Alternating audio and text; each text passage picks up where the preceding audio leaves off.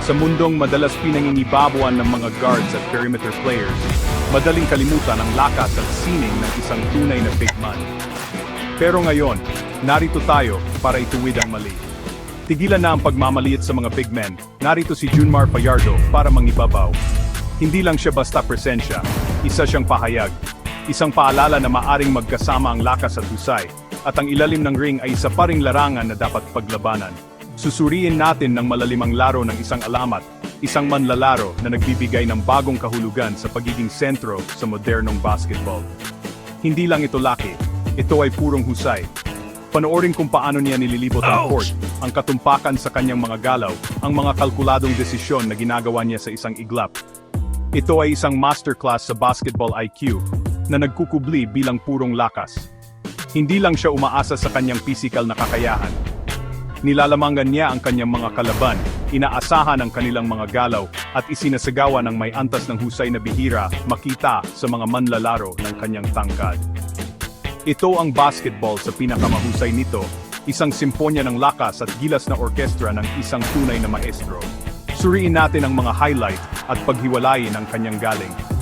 Titingnan natin ng mas malapitan ang mga sandali na nagpapakita ng dominasyon ni Junmar Fajardo, ang mga laro na nagpatibay sa kanyang lugar sa kasaysayan ng basketball.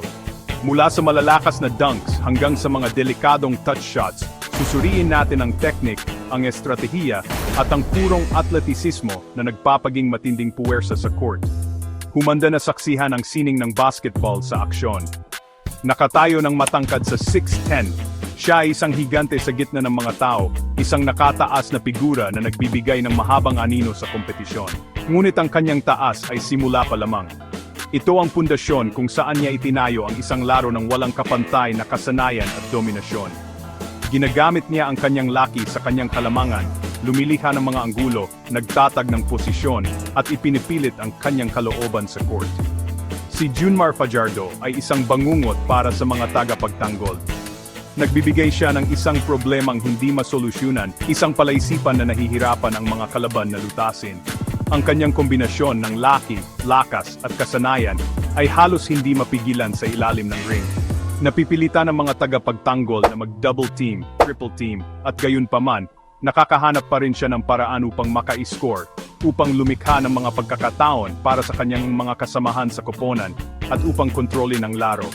Sa isang napagandang kombinasyon ng laki na nagpapahintulot sa kanya, nalampasan ang mga kalaban, malambot na kamay, na nagpapahintulot sa kanya na saluhin ang anumang ibato sa kanya, at mabilis na footwork, na nagpapahintulot sa kanya na makagalaw sa paligid ng mga tagapagtanggol ng madali. Ginagawa niyang parang laro ng bata ang double team. Inaasahan niya ang pressure, binabasa ang depensa, at ginagawa ang tamang laro sa bawat pagkakataon. Maging ito ay isang mabilis na pasa sa isang bukas na kasamahan sa koponan o isang malakas na galaw patungo sa basket. Umunlad siya sa ilalim ng pressure, ginagamit ang double team bilang isang pagkakataon upang ipakita ang kanyang court vision at pagiging hindi makasarili. Tingnan ang spin na iyon, hindi mapigilan. Ito ay isang galaw na perpektong naglalarawan sa kanyang laro, isang timpla ng lakas, husay, at perpektong teaming. Ginagamit niya ang kanyang katawan upang harangan ang tagapagtanggol, lumilikha ng espasyo sa spin, at nagtatapos ng may malambot na paghawak sa paligid ng ring. Ito ay isang signature move na naging kasing kahulugan ng kanyang dominasyon. At kapag nasa ilalim siya ng ring, nagiging isang hindi mapigilang puwersa siya, isang human wrecking ball na nililinis ang lahat ng nasa kanyang daraanan. Kalimutan mo na. Siguradong 2 puntos yan. Mayroon siyang iba't ibang post moves, malambot na paghawak sa paligid ng ring, at lakas upang makatapos sa kabila ng depensa. Siya ay isang walking bucket, isang manlalaro na maaring maka-score sa kanyang kagustuhan tuwing nakakakuha siya ng posisyon sa loob ng paint. Ngunit hindi lang ito tungkol sa lakas, hindi lang siya basta puwersa sa loob ng paint. May husay din si Junmar. Mayroon siyang delikadong paghawak, isang makinis na shooting stroke, at isang kakayahan na gawin ang tamang laro. Tingnan ang mid-range jumper na yan. Ito ay isang sandata na nagpapapanatili sa mga tagapagtanggol na maging tapat. Pinipilit silang igalang ang kanyang range at nagbubukas ng mga pagkakataon para sa kanya na mag-drive sa basket. Patuloy siyang nagbabago sa kanyang laro, nagdaragdag ng mga bagong dimensyon sa kanyang offensive arsenal. At ang kanyang pagpasa, ito ay isang patunay sa kanyang basketball IQ at sa kanyang pagiging hindi makasarili. Big man vision, nagbibigay ng mga dimes na parang point guard.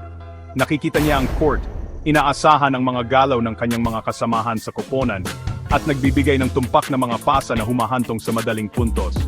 Siya ay isang playmaker, isang facilitator, at isang tunay na team player. Ang taong iyan ay 7 beses na MVP sa isang dahilan.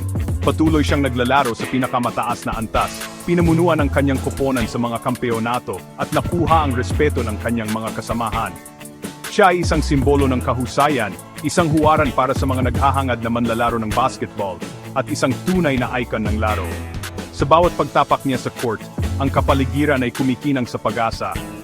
Alam mong may epikong mangyayari. Nagdadala siya ng enerhiya, pagkahilig, at determinasyon na nakakahawa.